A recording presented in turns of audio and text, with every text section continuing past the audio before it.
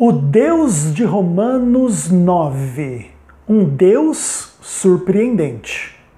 Eu sou Ezequiel Gomes, você está no canal Vem Senhor Jesus e hoje nós começamos uma série de estudos dentro do meu canal sobre Romanos capítulo 9.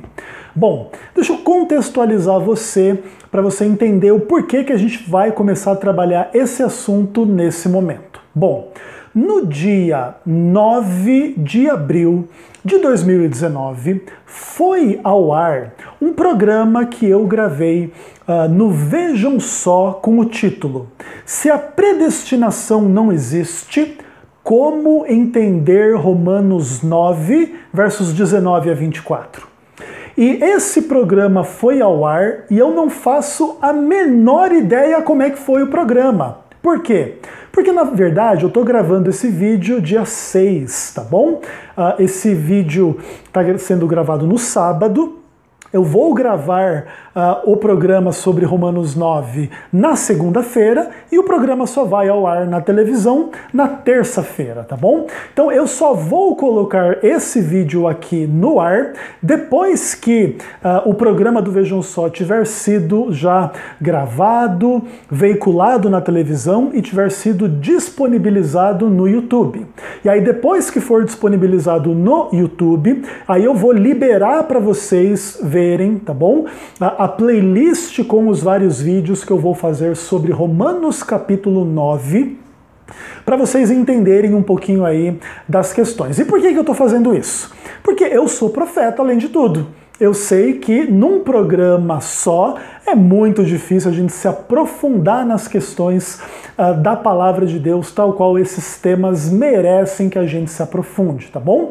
Então, sabendo que a gente tem pouco tempo para discutir a questão lá no programa, eu já estou me adiantando, já vou fazer alguns materiais de base para falar um pouquinho sobre Romanos capítulo 9, de uma forma bem ampla, bem geral, bem interessante, bem extensa, para depois, né, quando o programa for veiculado no YouTube a partir do canal da Hit TV, do Vejam Só, eu possa então disponibilizar esse material adicional para aqueles que quiserem ter uma visão um pouco mais ampla de como eu penso a respeito desse assunto, para além das considerações do debate. Belezinha? Fechou?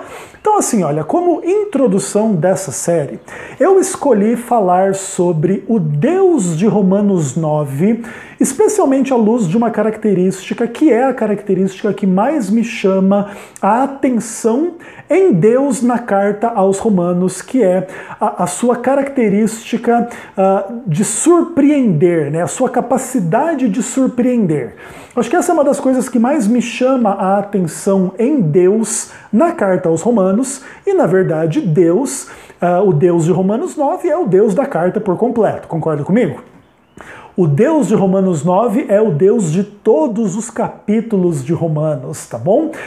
Então é importante a gente entender isso, porque não há contradição entre a visão de Deus nos demais capítulos e em relação a esse capítulo da Escritura, que é um capítulo extremamente usado pelos calvinistas para pregar a sua doutrina específica da eleição incondicional, dupla predestinação e coisas desse tipo, que nós arminianos consideramos que afronta o caráter de Deus em inúmeros particulares, em inúmeros sentidos, tá bom? A gente vai trabalhar um pouquinho essas questões. Mas antes de entrar nas polêmicas mais específicas de Romanos capítulo 9, eu quero falar do Deus surpreendente da carta aos Romanos de uma forma um pouquinho mais ampla, mais extensa, mais profunda, tratando naturalmente de forma superficial o conteúdo da carta toda, para a gente contextualizar depois, a partir do próximo vídeo, algumas discussões um pouquinho mais específicas sobre Romanos 9, beleza?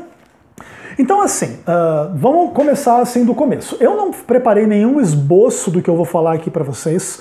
O que eu vou falar vai ser uma reflexão bastante livre em função da minha percepção, da minha experiência, da minha leitura da carta aos Romanos, tá?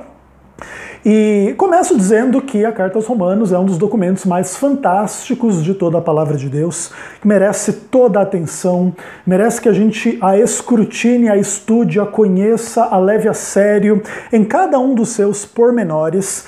E ela contém algumas descrições que, na minha opinião, são muito surpreendentes a partir do ponto de vista do ser humano que está conhecendo a Deus, tá? Eu creio que a carta aos Romanos, escrita por Paulo, é palavra de Deus, tá? Inspirado por Deus, na qual Deus se revela de muitas formas e a principal delas, nesse momento, eu gostaria de destacar como essa característica da capacidade de Deus de surpreender. Deus é o Criador. Todo o resto dos seres que existem são criaturas, tá bom? Só isso já pressupõe e estabelece uma qualidade de existência absolutamente diferente entre Deus e quaisquer dos demais seres, tá bom? Na criação, as suas criaturas. Então, se Deus não tivesse a capacidade de nos surpreender, Deus seria bastante pequeno em comparação conosco e nós poderíamos nos sentar na cadeira e julgar as ações de Deus, as palavras de Deus, as ideias de Deus, as questões, a lei de Deus e um monte dessas coisas, tá? Não somos capazes de assim fazer pela nossa pequenez diante do Criador, especialmente num contexto de queda que aí nos torna menores ainda do que já seríamos se fôssemos criaturas perfeitas. Se fôssemos perfeitos, já seríamos pequenos diante de Deus, que é mais que perfeito, né? Na distinção entre as criaturas e o Criador. Num estado de queda, somos muito menores do que poderíamos ser se fôssemos perfeitos. Então os nossos juízos, as nossas compreensões são muito limitadas em função de um Deus absolutamente perfeito, mais que perfeito, e etc. E por causa dessa diferença, né, entre as criaturas pecaminosas, o Criador sem pecado, e etc., é que a gente precisa estar preparado para quando a gente se encontrar com Deus, a gente se encontrar com algo extraordinário, surpreendente, alguém extraordinário, alguém surpreendente. E vamos lá, a primeira coisa que eu gostaria de dizer em função daquilo que me surpreende em Deus a partir da carta aos Romanos, é o autor humano que escreve a carta, tá bom? O texto de Romanos começa: Paulo, servo de Jesus Cristo, chamado para ser apóstolo, separado para o Evangelho de Deus. Deus está presente em Romanos 1, verso 1, como, de alguma maneira, a força motriz por detrás da identidade de Paulo, do chamado de Paulo e da mensagem que Paulo irá pregar, que aqui é descrita como o Evangelho de Deus. E que Paulo seja um homem separado para pregar o Evangelho de Deus é extraordinário, dado o seu histórico de perseguição contra a igreja, de descrença, do seu apego, né, ao seu farisaísmo, às suas identidades étnicas judaicas. E agora Paulo, escrevendo aos Romanos, é o apóstolo, foi chamado para ser apóstolo, mas em muitos outros momentos do seu ministério delimita esse chamado de apostolado em relação aos gentios, né, o chamado apóstolo dos gentios. Então, para que Paulo aqui se apresente escrevendo isso que aqui vai começar a ser escrito, já há uma obra extraordinária, surpreendente da graça de Deus na vida de Paulo, tá? Que agora de inimigo do Evangelho se torna servo de Cristo, propagador do Evangelho, porque foi separado para assim fazer. E Deus já então nos surpreende, já na identidade do apóstolo que escreve essa carta, que é uma das cartas mais importantes de todo o Novo Testamento. Por exemplo, a literatura de Pedro não contém uma carta com essa força e com esse peso no Novo Testamento. Isso não quer dizer que a carta aos Romanos é mais inspirada do que as duas cartas de Pedro. Isso não quer dizer que há um cânon dentro do cânon e há mensagens mais importantes do que outras. Não. Mas teologicamente falando, na história da teologia, na história da igreja, a carta aos Romanos tem implicações e aplicações e discussões e etc. Muito mais amplas do que a literatura de Pedro, por exemplo, tá? E isso é importante a gente já começar a identificar, né?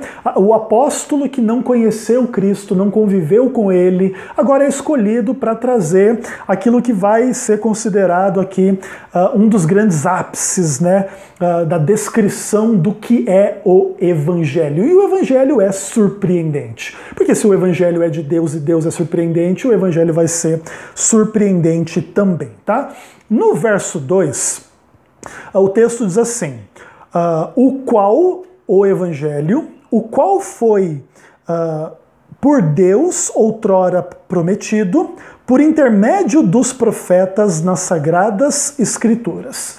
Agora, Paulo delimita um pouco mais algumas discussões que vão estar na base do que ele vai ensinar na carta aos Romanos, dizendo que ele, Paulo, é um servo de Cristo, ele é um apóstolo, ele foi separado para o Evangelho, e Deus prometeu o Evangelho por intermédio dos profetas, naquilo que Paulo chama de as Sagradas Escrituras.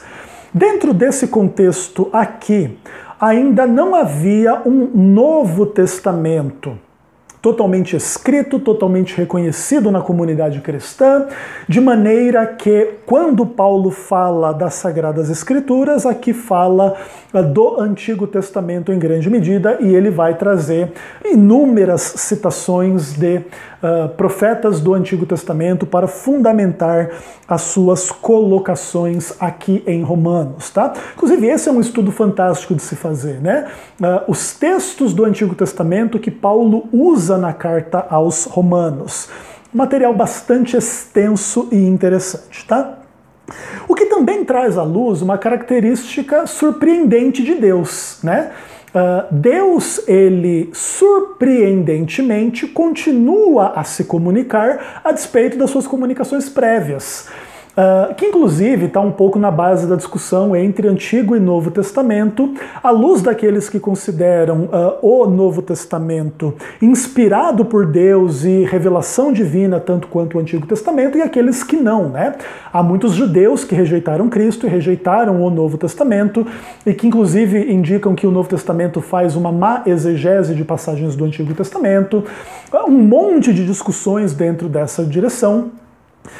Esses judeus entendem que Jesus Cristo não é Messias, não é o Messias, e um monte dessas questões e tal.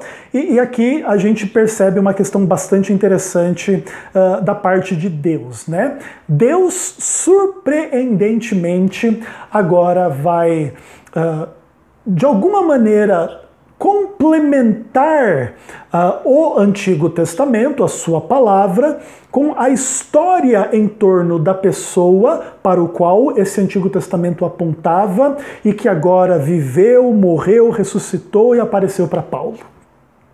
E vai existir muitas questões importantes e interessantes a respeito desta pessoa que está no centro da história, né? Que inclusive é a primeira pessoa que aparece em Romanos depois de Paulo. Paulo, servo de Jesus Cristo. Jesus Cristo é, então, essa presença central no Evangelho. O Evangelho de Deus é o Evangelho de Cristo, até porque Cristo é Deus, Filho de Deus, um com o Pai. Daqui a pouco em Romanos 9, inclusive, vai estar bem claro, bem clara a noção da divindade de Cristo e etc. E tudo isso é bastante surpreendente, o que inclusive contextualiza um pouco das polêmicas, né? Aparentemente, então, Deus age de uma forma diferente do que seria esperado da parte de algumas pessoas. Então os judeus acham que Deus não complementaria a sua palavra, que já estava fixada no Antigo Testamento, com uma história obscura, cheia de má exegese, em torno de um homem que supostamente é o Messias, mas que ao invés de reinar sobre o mundo, morreu crucificado, e os seus discípulos inventaram que ele ressuscitou, trabalhando um pouco, né, dos argumentos judaicos anticristãos. Então perceba que a polêmica é extremamente extensa e intensa nesse ponto específico, E nós estamos tratando aqui de um momento em que o Novo Testamento está sendo escrito. O Novo Testamento não tem essa autoridade que você acha que ele tem hoje, 2000 anos depois. No começo em que esse texto vai ser escrito, vai ter muita gente que vai pegar e vai dizer, olha que bobagem que esse cara está dizendo, está mal interpretando a Bíblia, está mal usando a Bíblia, está pregando que Cristo é o Messias, mas Cristo não é o Messias, e etc. Tá bom? Então é importante contextualizar essas questões como um todo, porque se Paulo está correto, e eu creio que ele está, e agora Jesus Cristo é o Messias, e agora Paulo vai começar a descrever a pessoa e obra do Messias, isso é extremamente surpreendente, inclusive porque os judeus esperavam um Messias com características diferentes daquelas que Jesus apareceu possuindo. Então, ao invés de já ser o rei que vai reinar sobre o povo de Israel e a terra de Israel e de mar a mar e etc., agora ele vem primeiro como servo sofredor, para morrer pelos pecados, para vencer a morte e vencer o pecado, aí ele volta ao céu, e no contexto da sua segunda vinda é que ele vai se tornar o rei que vai se sentar sobre o trono de Davi e reinar num reino sem fim sobre Israel, tá bom?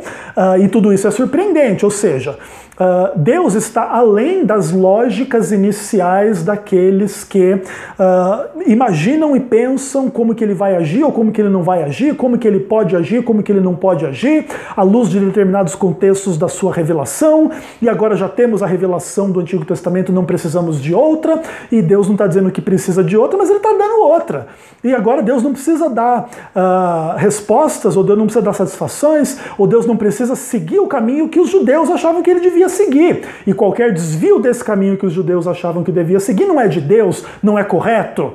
Perceba as grandes questões que daqui a pouco já estão se formando por detrás das discussões sobre o Deus de Romanos 9, o Deus surpreendente da carta aos Romanos. Beleza. Bom, eu estou aqui com 16 minutos de vídeo e comentei somente os dois primeiros versos, né, da palavra de Deus aqui. A minha ideia inicial era pregar Romanos inteiro para vocês aqui. Parece que vai ficar um pouco difícil, né? Então vamos tentar, de uma forma mais resumida, tratar um pouco daquilo que é surpreendente no Deus de Romanos 9, no Deus da carta aos Romanos de uma forma geral. Bom, vamos pular um pouquinho aí algumas coisas, senão a gente não vai para frente nunca. E vamos lá, Romanos 1, verso 16 e verso 17, a Bíblia diz assim: pois não me envergonho do Evangelho, porque é o poder de Deus para a salvação de todo aquele que crê, primeiro do judeu, também do grego. Visto que a justiça de Deus se revela no Evangelho de fé em fé, como está escrito, o justo viverá pela fé. Eu estudei no Seminário Adventista Latino-Americano de Teologia, no UNASP, na Faculdade de Teologia, e eu estudei com um camarada chamado Oséias Caldas Moura, inclusive meu queridíssimo professor, saudade de você se você estiver vendo esse vídeo, meu amado pastor e professor.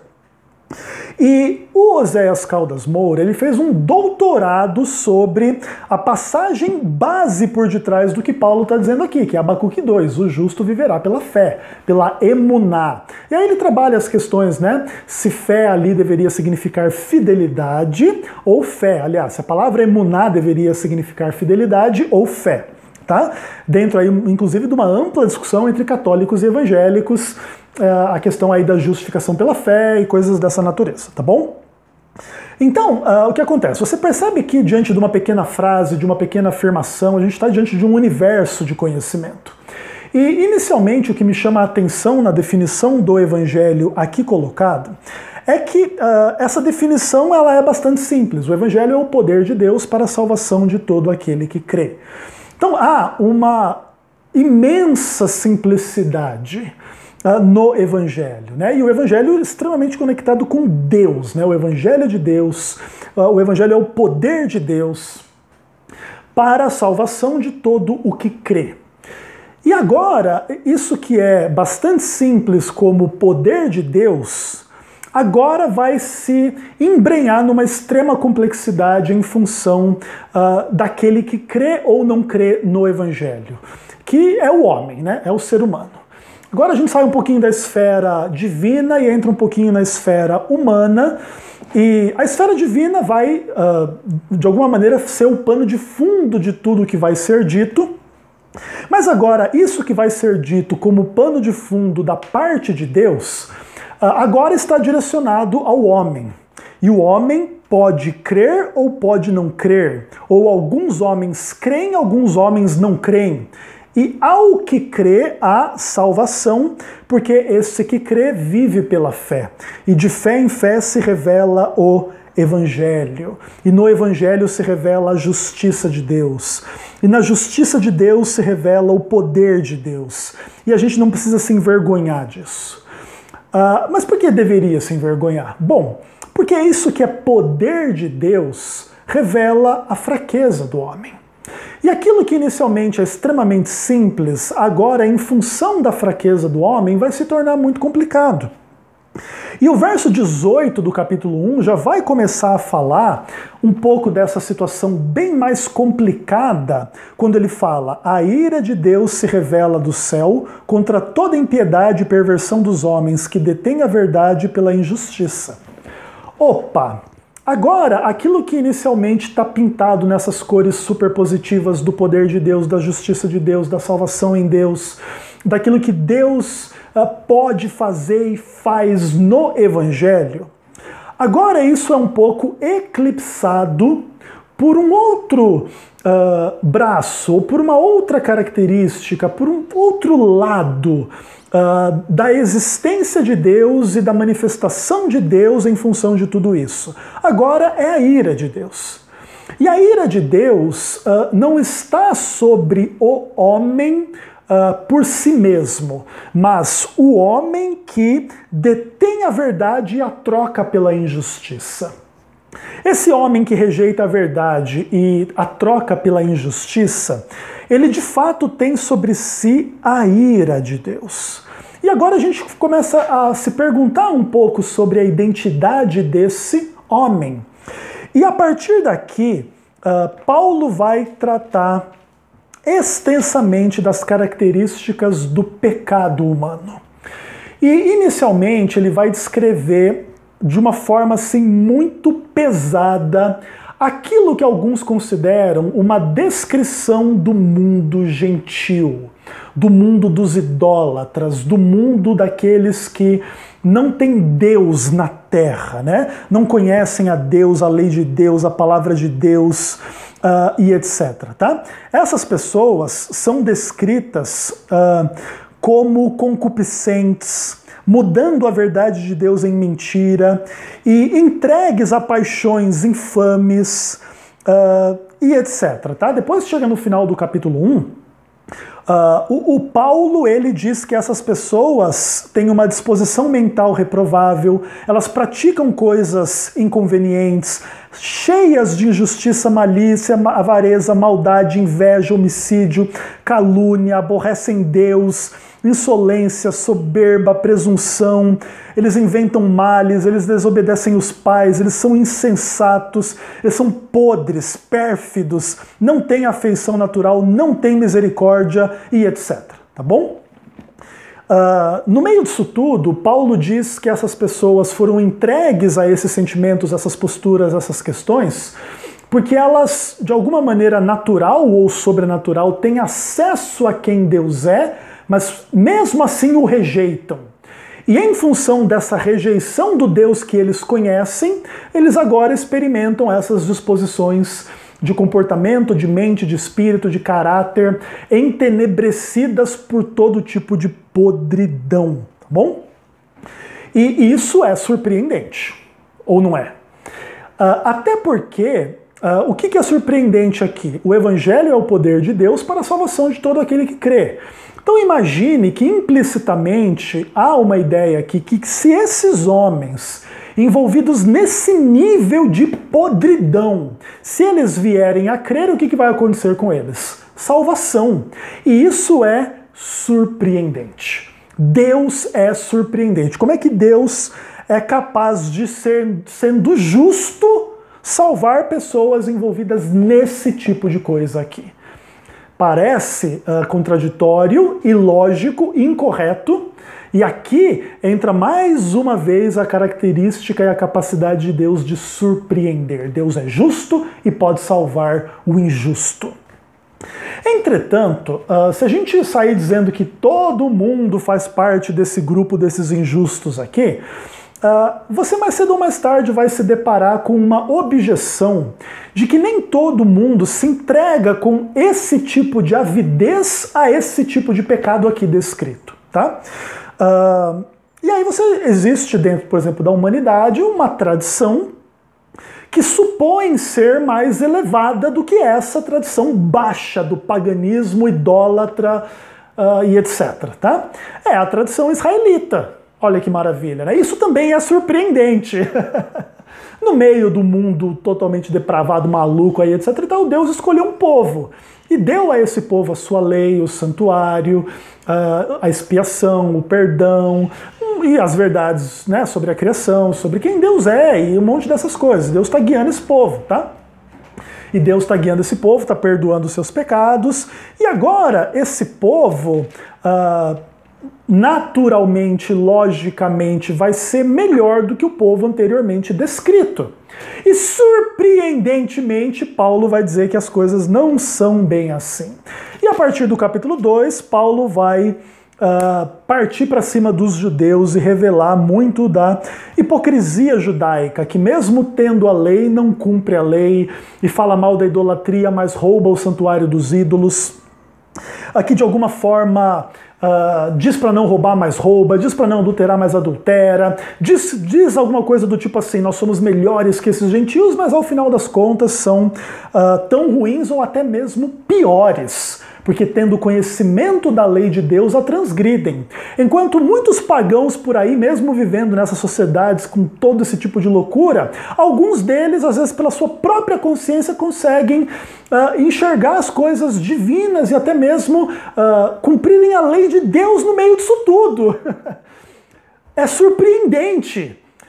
E quem que está por detrás de toda essa situação, conduzindo a história e as pessoas, e cada cultura, e cada tradição, e avaliando tudo e todos, e conduzindo tudo e todos? Deus! E isso é surpreendente. Então, Deus não é só de Israel, Deus também é dos pagãos, Deus é o Deus único que existe. Então, Deus não é um Deus de um único povo, Deus é o Deus de todo mundo, Deus é o Deus da criação. Inclusive, né, a Bíblia diz, né, de um só fez toda a raça humana, né, de um só, e a gente tem uma só origem, Adão, e uma só origem, Deus que criou Adão. E todos nós pertencemos, né, a esta raça criada por Deus, e mais cedo ou mais tarde, apesar de algumas aparências em contrário, é complicado, né, porque aparentemente ninguém é melhor do que ninguém, ainda que alguns, por graça de Deus, possam cumprir a sua lei e se destacar, ao final das contas elas também têm as suas malícias, as suas vaidades, os seus orgulhos, os seus pecados e etc. E o resumo desse treco é: calhe a sua boca. Calhe a sua boca, Ezequiel. E é isso mesmo. Todos nós temos a nossa boca calada diante destas revelações, porque ao final destas contas, não importa em que povo você esteja, em que igreja você esteja, em que contexto espiritual você esteja, por melhor que você seja, você faz parte dessa humanidade pecadora. E é surpreendente a gente perceber tudo isso, especialmente à luz de que o salário do pecado é a morte. Daqui a pouquinho a gente vai falar um pouco mais sobre isso. Mas a partir daí, olha que coisa complicada, né? É a essa humanidade marcada pelo pecado e pela morte que o evangelho está sendo oferecido. É para essas pessoas, judeus e gentios. E isso pode ser muito surpreendente, especialmente para o judeu Paulo escrever um negócio desse. Paulo vai ter que vencer um monte das suas más compreensões, dos seus escrúpulos judaicos para entender isso, tá? Essa é uma das razões pelas quais ele rompe, né? Em certo sentido, com o farisaísmo. Paulo nunca deixa de ser judeu, né? Você não deixa de ser o que você é, mas Paulo deixa de ser fariseu, né? Inclusive de ter orgulho no farisaísmo, circuncidado ao 8º dia, fariseu de fariseus lá, segundo, por exemplo, Filipenses 3, né? Mas Paulo, deixando de ser fariseu, não deixa de ser judeu, e agora entende a palavra de Deus que ele entendia de uma forma como fariseu, de uma outra forma agora como cristão. E tudo isso é surpreendente na experiência de Paulo com Deus. Deus está conduzindo a história, está conduzindo tudo e todos, está no pano de fundo de todas as coisas. E Paulo está confrontando tudo isso, refletindo sobre tudo isso. Ele sabe diferenciar quem é quem entre judeus e quem é quem entre gentios. Em certo sentido, há diferenças entre as pessoas, em outros sentidos, está todo mundo igual no ponto de que todo mundo é pecador em algum ponto. E a partir daqui surge a pregação do Evangelho, né? Agora, sem a lei, se manifestou a justiça de Deus, testemunhada pela lei e pelos profetas, justiça de Deus mediante a fé em Jesus Cristo para todos e sobre todos os que creem, porque não há distinção. Todos pecaram e carecem da glória de Deus, sendo justificados gratuitamente por sua graça, mediante a expiação que há em Cristo Jesus, a quem Deus propôs no seu sangue como expiação, mediante a fé para manifestar sua justiça, por ter deixado impunes os pecados anteriormente cometidos, tendo em vista a manifestação da sua justiça presente, no tempo presente, para ele ser justo e justificador de quem tem fé em Jesus. Aqui eu leio para você Romanos 3, verso 21 a 26, tá bom? E você percebe o quão surpreendente é tudo isso. Porque é no contexto de não negar o pecado que o Evangelho brota, que o Evangelho nasce, que o Evangelho é definido e que o Evangelho é pregado. Nós não vamos esconder a realidade humana para pregar o Evangelho. O Evangelho não é uma mensagem que passa a mão na cabeça do ser humano. E isso é extraordinário. Por quê? Porque você quer que o ser humano creia nisso. E você quer que o ser humano creia naquilo que lhe desmascara o Evangelho. E inicialmente tem tudo para dar errado esse negócio. Ninguém vai crer nesse negócio. Mas a justiça de Deus é sobre todos e para todos os que creem, porque Ele é justo e justificador de quem tem fé em Jesus. E daqui a pouquinho, Paulo vai começar a pregar, os outros apóstolos já estão pregando, outras pessoas se acrescentarão à pregação de Paulo, e daqui a pouquinho vai começar que as pessoas vão começar a crer. Claro, alguns sempre vão descrer, mas outros vão começar a crer. E, surpreendentemente, vai nascer a igreja cristã lá no início da era cristã. Alguns anos depois da morte de Cristo, essa comunidade vai começar a tomar forma, ganhar corpo e ganhar extensão, inclusive internacional, o que vai contextualizar, inclusive, a existência de uma igreja em Roma, e daqui a pouquinho Paulo vai escrever para essa igreja em Roma. E tudo isso é extremamente surpreendente, ou não? Sim, com certeza tudo isso é bastante surpreendente, e a gente começa a ver a mensagem de Romanos tomando forma, né? Naturalmente, eu não vou fazer a leitura completa da carta aos Romanos, seria humanamente impossível de vocês prestarem atenção, enfim, na leitura, e muito menos se eu fosse considerar alguma coisa mais profunda, né, da carta, mas vocês percebem que até aqui a gente já está em meia hora de vídeo, já chegou no capítulo 3, já tá bom, né? Contextualizando um pouco, acima de tudo, das questões sobre Deus, né? Deus surpreendentemente escolhendo Paulo, guiando a humanidade, trazendo, né, esse evangelho puro e simples que é a mensagem do evangelho, mas que agora, no confronto com a humanidade, vai começar a se tornar extremamente complexo naquilo em que ele revela os pecados, as dificuldades de quem quer que seja, e isso vai trazer à luz, assim, um pouco daquela ideia que depois o Evangelho de João vai trazer, né? A luz veio ao mundo, mas os homens amam mais as trevas. E vai existir inúmeras polêmicas sobre tudo isso. Mas Deus triunfa do pecado, triunfa da polêmica, triunfa de todas as coisas mediante uma redenção em Cristo, né? Que é o que importa para Deus, para que Ele seja justo e justificador daquele que ouse crer. E qualquer um que ousar crer estará com Ele nessa expiação que conduz à salvação daquele que tem fé em Jesus. O Evangelho é o poder de Deus para a salvação de todo aquele que crê. tá? E aí a gente vai conseguindo entender aí essa natureza surpreendente da pessoa de Deus, né? E Deus, como estando no comando de toda essa história, nesses termos, vai se revelando, e aí se pergunta, né? Então onde é que nós vamos nos orgulhar, né? Nós, seres humanos? Em nada. Nós não temos glória, nós não temos merecimento, nós não temos do que nos jactar, né? Do que nos colocarmos soberbamente como merecedores, e etc. Não importa quem nós sejamos. Sejamos judeus, não somos melhores que os gentios, sendo gentios, não somos melhores do que judeus. E a fé é sobre todos os que creem, independentemente das obras da lei. E Paulo agora vai fazer uma boa discussão em função da lei, tá bom? Ele já trata no verso 30, no capítulo 3, das discussões sobre circuncisos e incircuncisos, que é uma das marcas bem importantes para fazer a divisão entre quem é judeu e quem não é. E Paulo, surpreendentemente, vai pregar contra a necessidade da circuncisão física, mas entende que isso não é uma anulação da lei, segundo os próprios termos de Romanos 3,31. Anulamos a lei pela fé? Não, de maneira nenhuma. Antes confirmamos a lei. E agora Paulo vai começar a fazer uma digressão bastante interessante.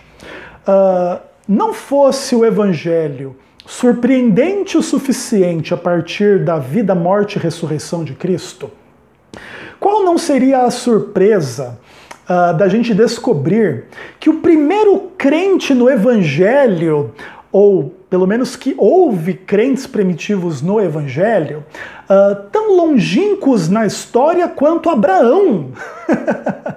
E agora no capítulo 4, Paulo vai apresentar Abraão como, inclusive, o protótipo do justificado pela fé. Interessante isso, porque o Novo Testamento, muitas vezes a ideia que se pretende é que ele é uma mensagem nova, inclusive para contrapor e substituir o Antigo Testamento, mas agora, surpreendentemente, Deus está conduzindo Paulo a entender algo que esse Novo Testamento, esse Evangelho de Cristo, já estava pré-figurado, já estava, inclusive, sendo pré-proclamado dentro dos termos, né, da palavra de Deus aos profetas e a todo o sistema sacrificial que existe em Jó, que existe em Gênesis, que existe em Abraão, e etc. E agora, o Evangelho, que é o Evangelho de Deus, não é só o Evangelho a partir de Cristo, mas ele remonta à própria fundação do mundo, ele remonta ao próprio capítulo 3 de Gênesis, ele remonta agora à história de Abraão. E Abraão, que é descrito aqui como o nosso pai segundo a carne, ele vai ser apresentado de forma surpreendente, como alguém justificado pela fé, independentemente das suas obras. Até porque se Abraão fosse depender das suas obras para a justificação, ia ser um pouco complicado, né? Aquele cara mulherengo, mentiroso, falso e com vários outros pecados e problemas ser justificado para ir para o céu, né? Para merecer ir para o céu. E aqui a gente percebe um pouco de todas aquelas acusações complexas contra o pecado humano em Romanos 1 e 2 e 3, agora se materializando em Abraão, e Abraão se colocando acima disso, não negando que ele faz parte do universo dos seres humanos descrito como pecadores, mas ele transcende isso pela ousadia da fé, porque na comunhão com Deus, na relação com Deus, no ouvir a voz de Deus, ele crê e ele, crendo, recebe a justiça. E recebendo essa justiça de Deus, ele é justificado. E Abraão se torna o paradigma daquele que é justificado pela fé. Tudo isso é extremamente surpreendente. Não tanto porque Abraão seja surpreendente, judeus e gentios sejam surpreendentes, Paulo seja surpreendente, mas porque Deus é surpreendente. Porque Deus, de fato, conduz a história em geral e em cada particular de tal maneira a expor os princípios do Evangelho de forma coerente e consistente durante toda a história. Porque Deus, ele é um Deus de toda a história desde o princípio como Criador. Deus não surge no Novo Testamento como uma solução de um problema no qual ele não estava previamente envolvido. Muito pelo contrário, Deus está envolvido com a sua criação desde antes do dia 1 da criação. Inclusive que vai trazer à luz toda a dinâmica da predestinação do Deus em Romanos 9, né? O Deus de Romanos 9. Então perceba como que as coisas estão aqui caminhando para algumas questões interessantes. Mas antes da gente chegar em Romanos 9, a gente tem um grande caminho a percorrer. Abraão, então, aqui é o protótipo daqueles que são justificados pela fé. E a gente poderia pensar, então, que Abraão, a partir desta característica de ser justificado pela fé, ele de alguma forma represente um homem melhor do que os outros homens. E a partir daqui, Paulo faz uma digressão para falar não mais de Abraão, mas de Adão e Eva, especialmente de Adão, para colocar Adão como o protótipo daquele que peca contra Deus e que explica a condição de pecado de Abraão e de todos os outros, tá bom?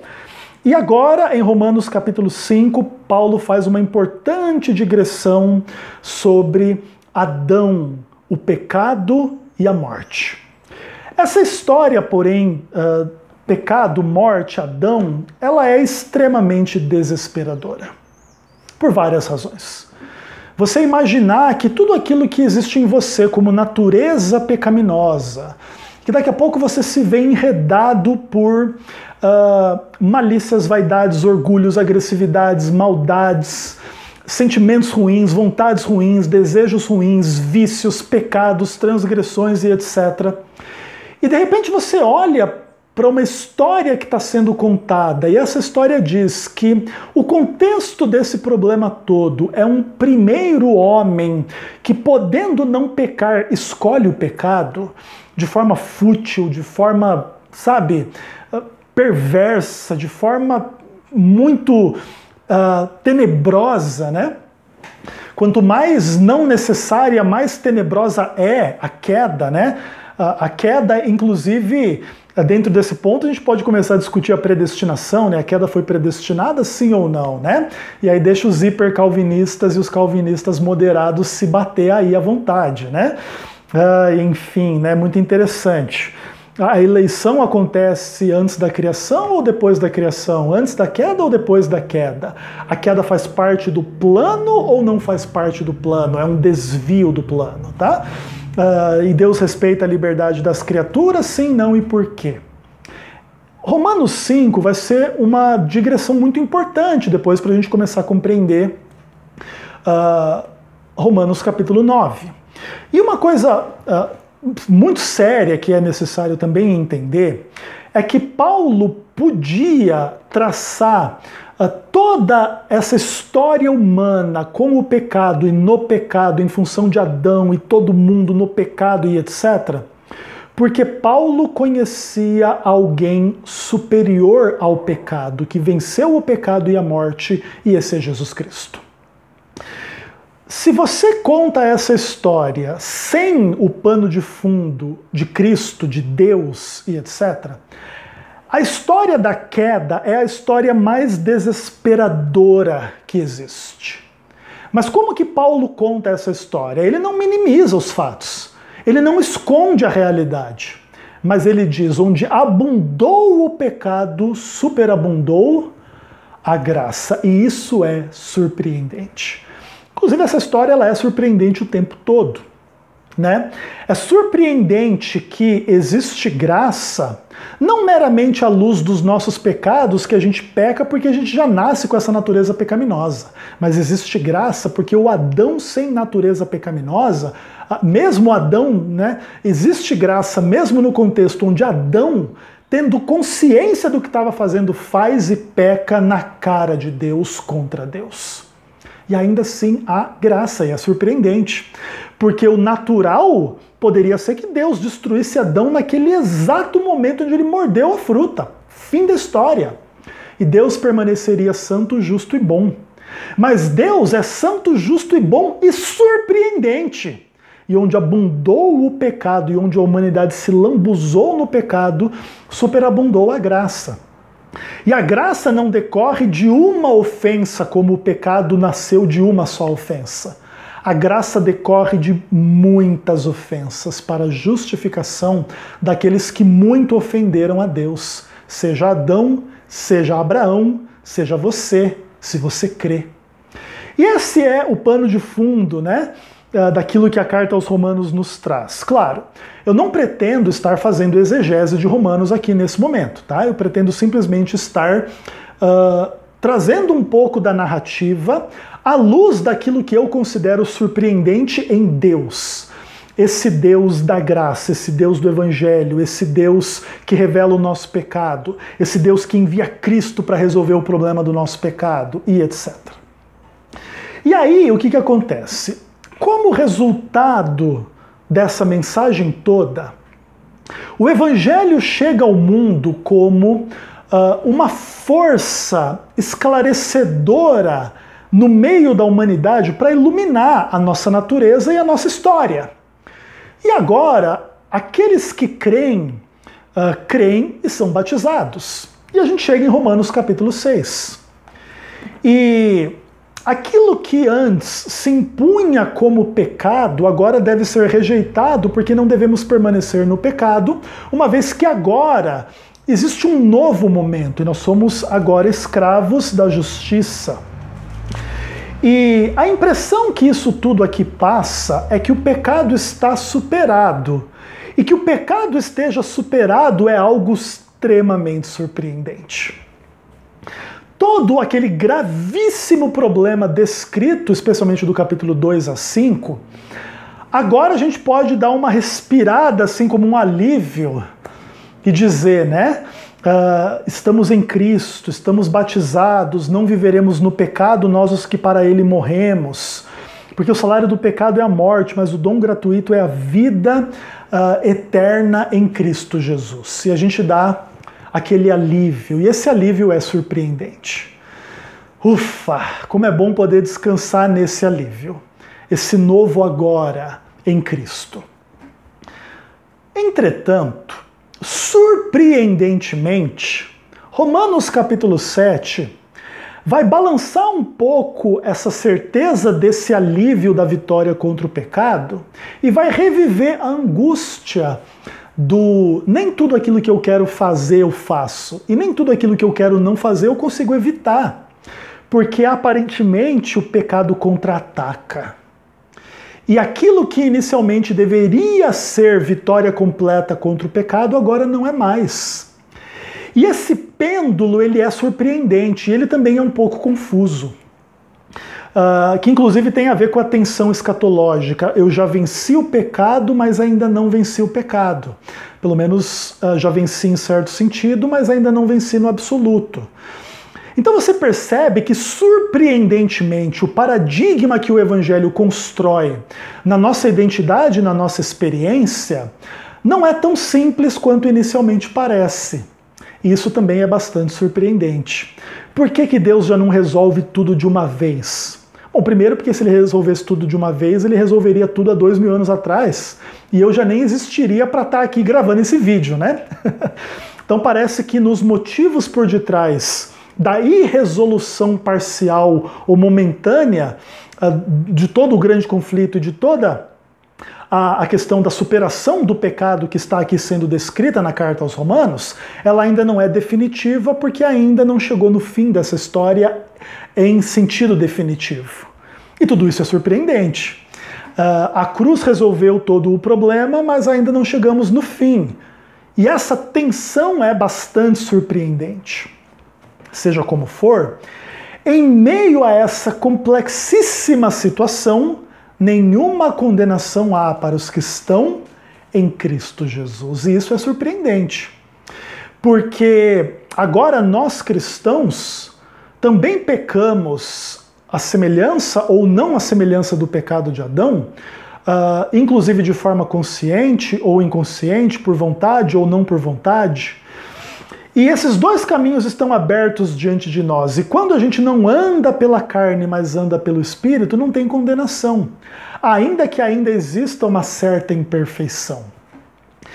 E essa retórica, e essa dinâmica, e essa compreensão, elas lançam muitas dúvidas sobre o destino, o passado, o futuro, a vitória, a não vitória, em relação ao pecado. E quem somos nós diante de Deus, esse Deus surpreendente? E é nesse contexto que Paulo fala daquela dinâmica que nos conduz ao mistério da predestinação, né?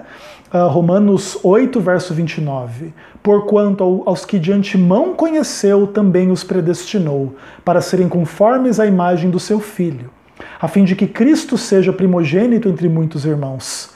E aos que predestinou, também chamou. E aos que chamou, justificou. E aos que justificou, também glorificou. Ao final das contas, no nível particular, a gente tem um encontro com um Deus muito pessoal na carta aos Romanos. Aquele que nos conhece de antemão. E conhece de antemão se creremos ou se não creremos.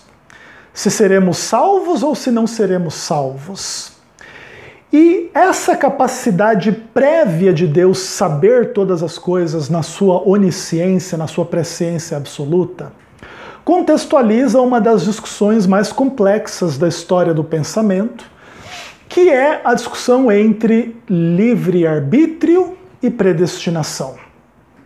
É muito complicado a gente se situar dentro dessa discussão, porque uma coisa parece estar em choque com a outra, e aqui nós estamos na própria essência e centro do mistério da relação entre o Deus onisciente e a sua criação.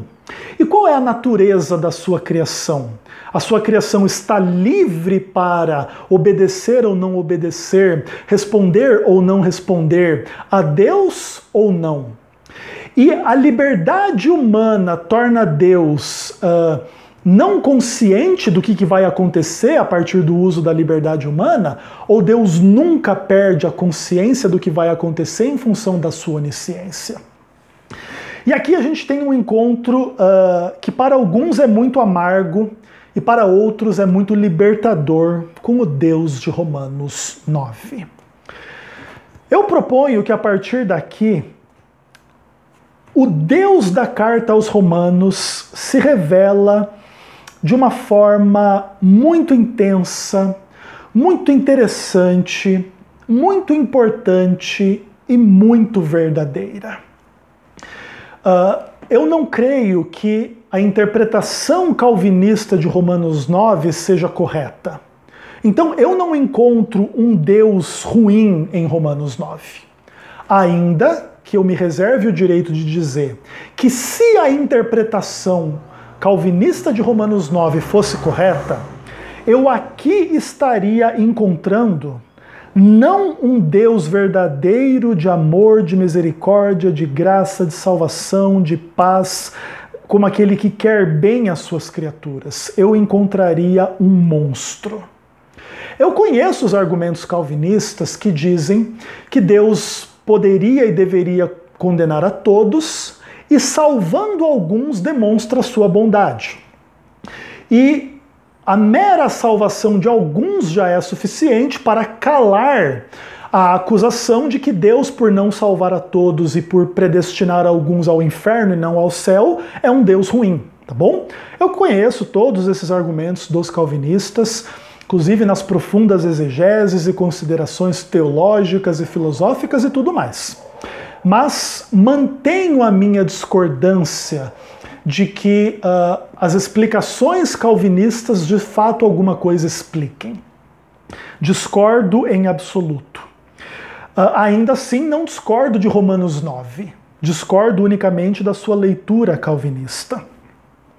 Nesse momento, eu não vou fazer muitas considerações sobre esse texto, porque esse vai ser o texto ao qual a gente vai dedicar um pouquinho mais de atenção dentro desse canal a partir daqui. Então eu não tenho pressa de, nesse primeiro momento, explicar as questões como um todo. Mas eu queria falar um pouquinho do Deus surpreendente por detrás de tudo isso aqui.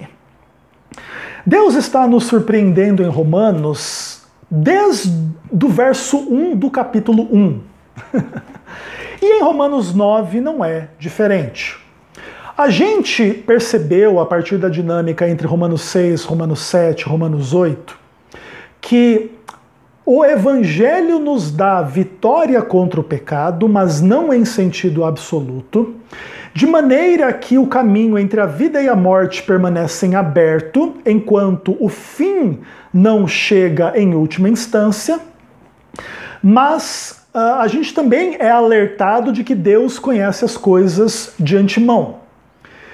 E aquilo que Deus conhece de antemão se revela em Romanos 9 como algo bastante inusitado e surpreendente. No meio da história do povo de Deus, aquele que é o povo escolhido descrê de Deus. E os gentios que inicialmente não têm nada a ver com o Senhor, agora se agarram a Cristo.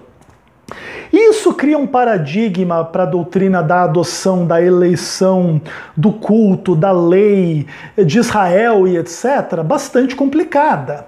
Porque agora nem todo mundo que nasce no povo de Israel é Israel, e nem todo mundo que nasce no povo pagão está ausente da família de Abraão, ou não pertence à família de Abraão.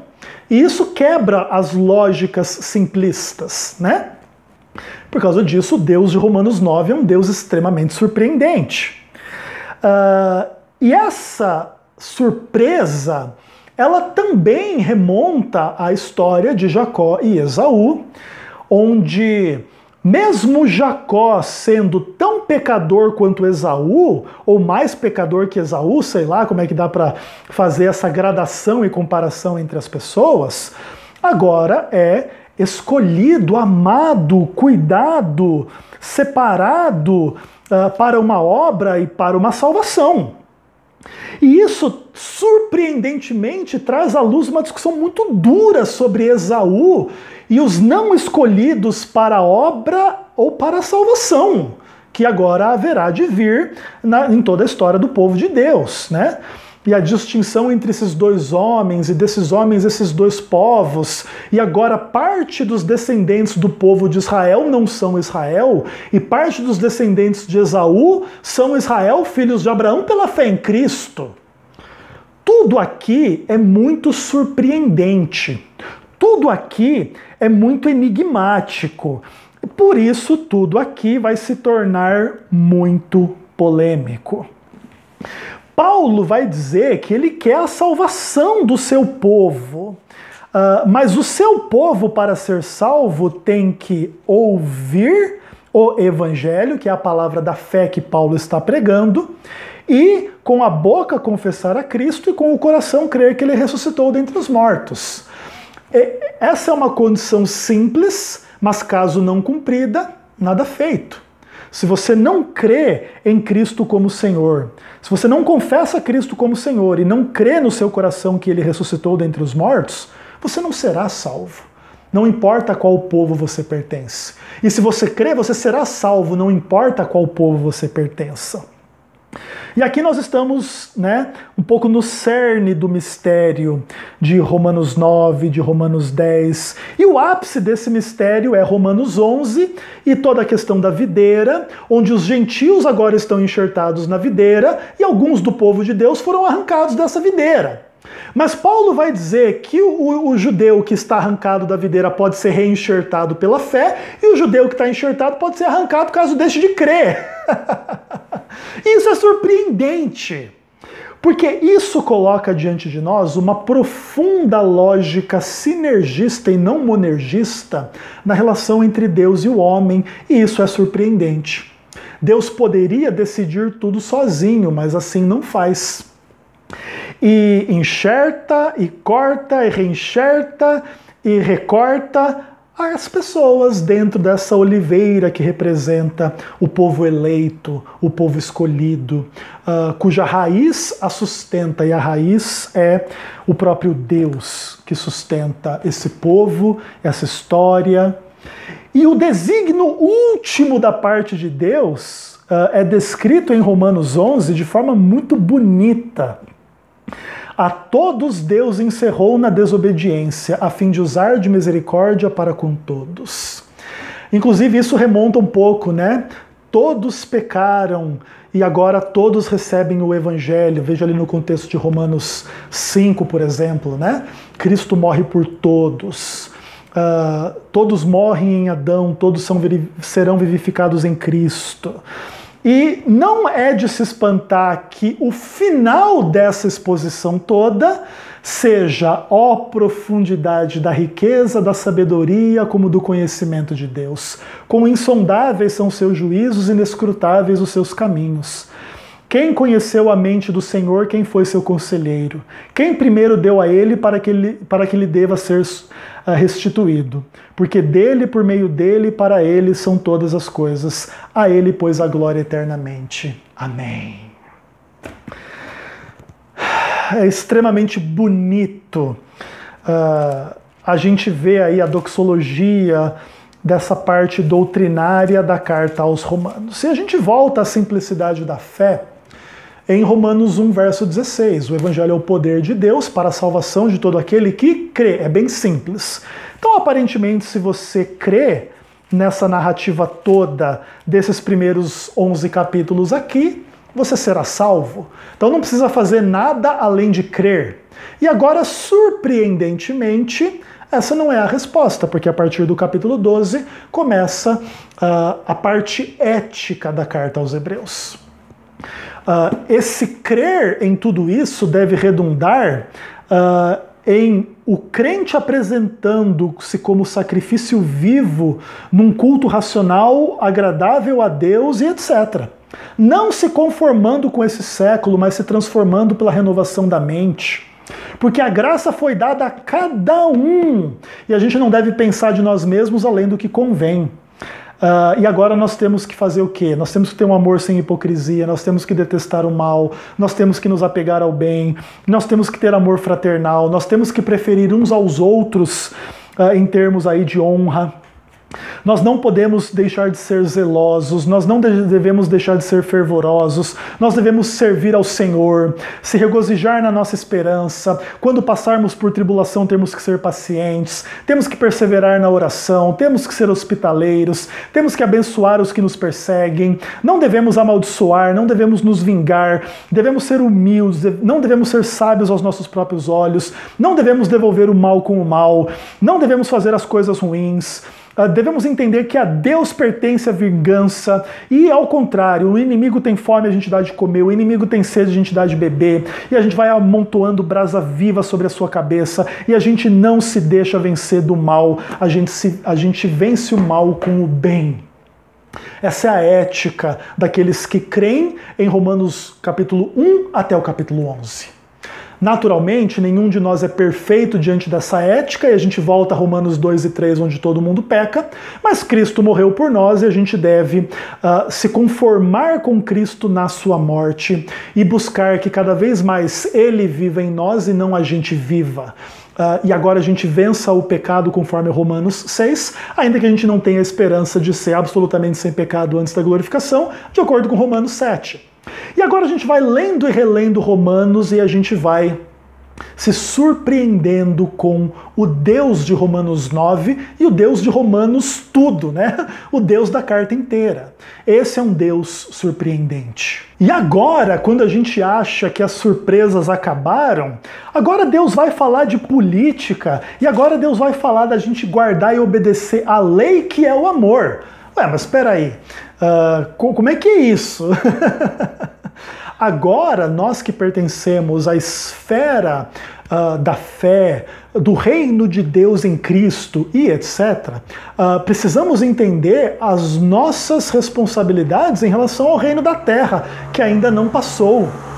E nisso tudo nós devemos viver nesse reino à luz e à base da lei do amor, que inclusive é descrita como os 10 mandamentos: não adulterar, não matar, não roubar. Tudo se resume nessa palavra, né, do amor ao próximo como a nós mesmos. Porque o mal não pratica o mal contra... Aliás, o amor não pratica o mal contra o próximo, de sorte que o cumprimento da lei é o amor. É extremamente surpreendente que, ao final das contas, a lei de Deus seja reenfatizada, mas não nos moldes legalistas, mas nos moldes do amor, né? Isso é tudo muito interessante, né? Muitas vezes, quando a gente fala de mandamentos, de 10 mandamentos, somos acusados de legalistas, por exemplo. E aqui Paulo, nos ápices da sua carta aos Romanos, chama a atenção aos 10 mandamentos, a necessidade do amor. Ele foca especificamente no amor ao próximo, mas a gente sabe, de acordo com Cristo, que os mandamentos são resumidos no amor a Deus e no amor ao próximo, no contexto do amor a nós mesmos. Claro, é importante a gente lembrar também, se eu não amo o meu irmão a quem eu vejo, não posso amar a Deus a quem eu não vejo. Mas tudo aqui é extremamente surpreendente, por causa da simplicidade e da profundidade disso que é simples.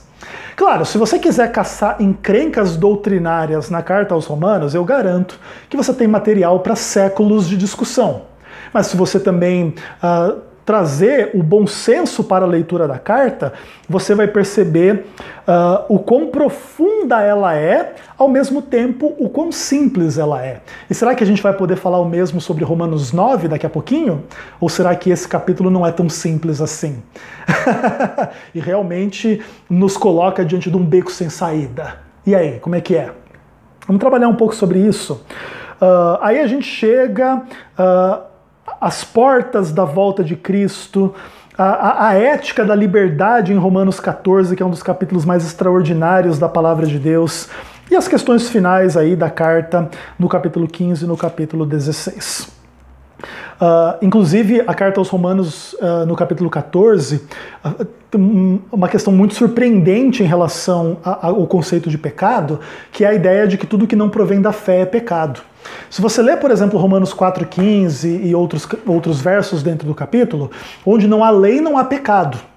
E agora a consciência e a fé se tornam uma lei para as pessoas que, se elas transgredirem, aquilo é pecado. Tudo que não provém da fé é pecado. Então você vê que há uma contraposição entre os conceitos, né?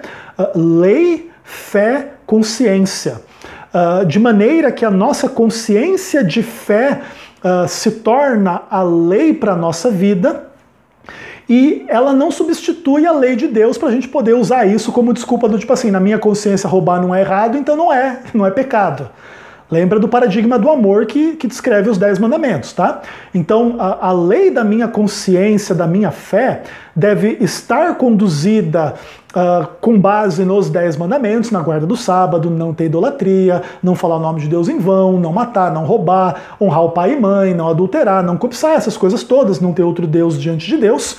Tudo isso é a base da consciência cristã e do amor cristão.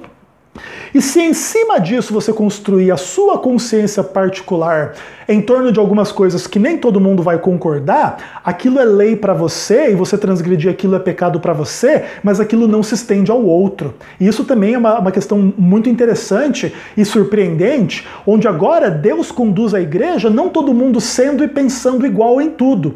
Existe uma base onde todos nós devemos estar unidos, mas em sentidos secundários e terciários e etc., nós devemos e podemos ter a nossa individualidade, a nossa personalidade, a nossa consciência e a nossa fé. A igreja não é uma fábrica de robôs onde todo mundo pensa e age da mesma forma. E isso também é extremamente interessante, que revela o Deus de Romanos 9, esse Deus surpreendente, que conduz a vida de tudo e de todos e de cada um, em respeito à consciência, fé e individualidade de cada um, ainda que essas individualidades, fé e consciências pessoais, não substituam a lei de Deus. Se você quiser dizer que não é errado você fazer algo porque na sua consciência não é errado, você se deparará com os limites da lei de Deus. O psicopata acha que não é errado ele matar, mas a lei de Deus diz não matarás, e ele é pecador por matar, e ele pode ser condenado por ser um assassino se ele não se arrepender do seu pecado. Mas se ele se arrepender, o Deus surpreendente ainda pode o salvar. Imagina o quão surpreendente é Deus, não é verdade? Por isso, inclusive, a gente fala que o céu aguarda respostas, porque, aliás, que o céu guarda surpresas, porque o Deus do céu é surpreendente. Eu quis fazer esse panorama geral da carta aos Romanos, que foi um panorama bem superficial, não há dúvida disso, para contextualizar um pouquinho das questões assim que eu creio que são muito importantes para você entender dentro da dinâmica da narrativa da carta aos Romanos. Há pessoas que se concentram em Romanos 5, em Romanos 9, em Romanos 11, em Romanos 13 e não saem daquilo nunca e daquela interpretação rígida e fixa de uma certa tradição e muitas vezes não olham esse fluxo e essa dinâmica um pouco mais ampla da narrativa, dos temas, dos textos e etc. E a gente precisa olhar para tudo isso, porque Deus está surpreendentemente nos dando um material para a gente pensar dentro dessa dinâmica e não meramente nos tornando rígidos e fixos em função de uma interpretação, de uma tradição, de um capítulo. E muitas vezes o calvinismo se concentra em Romanos 9 como se fosse um grande trunfo do calvinismo, e ao final das contas nem consegue perceber que se a sua interpretação de Romanos 9 fosse correta, muitas outras partes da carta aos Romanos estariam erradas, né? Mas a gente vai trabalhar um pouquinho melhor disso na exegese um pouco mais detalhada e cuidadosa de Romanos 9. Eu estou gravando esse vídeo no sábado. O programa do Vejam Só vai ao ar na terça sobre esse tema. Eu não sei quantos vídeos eu vou conseguir fazer daqui até ali, então não sei de fato se a minha série vai já ser lançada com muitos ou poucos vídeos, mas vamos considerar um pouco dessas questões com calma, com tranquilidade, para a gente conhecer mais desse Deus surpreendente de Romanos 9. Eu também fui inspirado para falar do nome dessa série na série do Josemar Bessa, que chama O Deus de Romanos 9. Eu não vi todos os vídeos dele ainda, talvez até possa aproveitar essa série para ver os vídeos e até mesmo para contrapor algumas coisas do que ele diz. Eu gosto muito do Josemar, mas discordo de muita coisa dele também. A gente pode talvez enfatizar um pouco dessas questões aí, mas também não garanto que vou assim fazer, porque tenho que voltar também a discutir as questões do juízo investigativo. Seja como for, creio que essa visão da carta aos Romanos pode ser benéfica para aquele que teve a paciência de assistir.